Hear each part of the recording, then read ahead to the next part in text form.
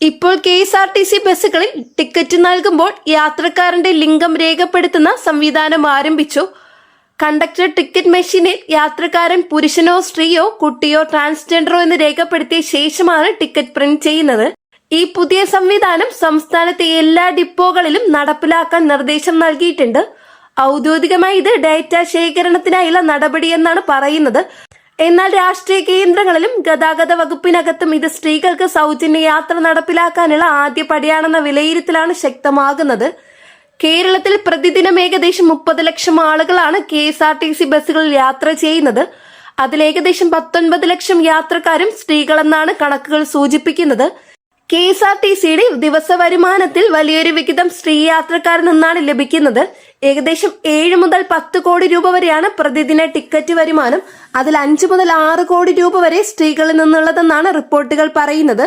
അതിനാൽ സ്ത്രീകൾക്ക് പൂർണ്ണമായും സൗജന്യ യാത്ര അനുവദിച്ചാൽ KSRTCക്ക് വലിയ സാമ്പത്തിക ബാധ്യത ഉണ്ടാകുമെന്ന ആശങ്കയും ജീവനക്കാരിലും സാമ്പത്തിക വിദഗ്ധരിലും ഉയരുന്നുണ്ട്.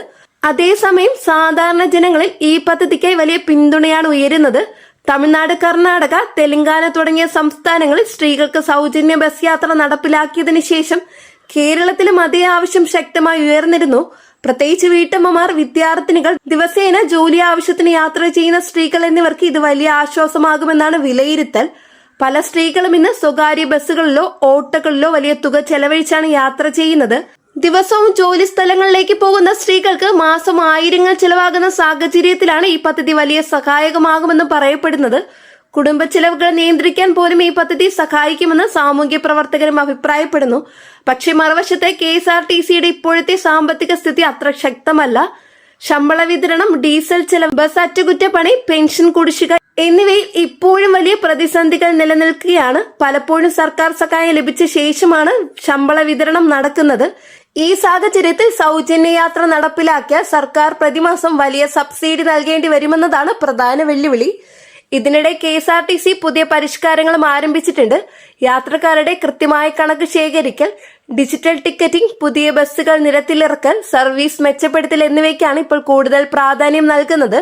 അടുത്തിടെ പുതിയ ബസ്സുകൾ നിരത്തിലിറക്കിയതും യാത്രാ സൗകര്യം വർദ്ധിപ്പിക്കാനുമുള്ള നടപടികളുടെ ഭാഗമായാണ് ഇത് വിലയിരുത്തൽ.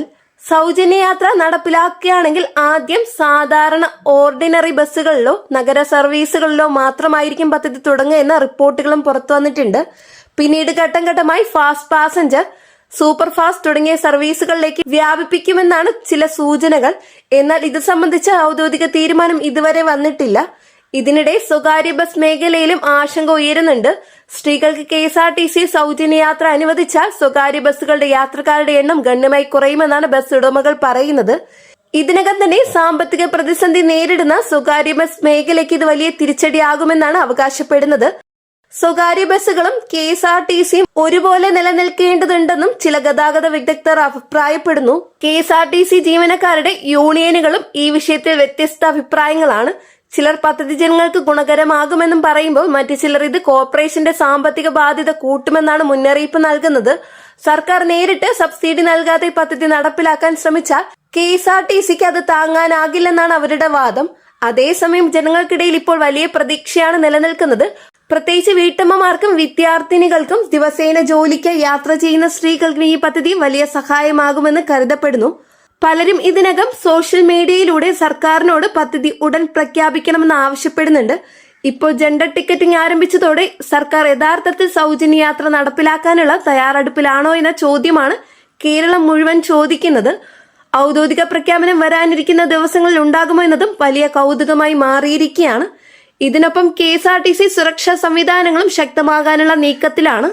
അടുത്തിടെ ചില സംസ്ഥാനങ്ങളിൽ ബസ്സുകൾക്ക് തീപിടുത്തമുണ്ടായ സംഭവങ്ങൾ വലിയ ആശങ്ക സൃഷ്ടിച്ചിരുന്നു.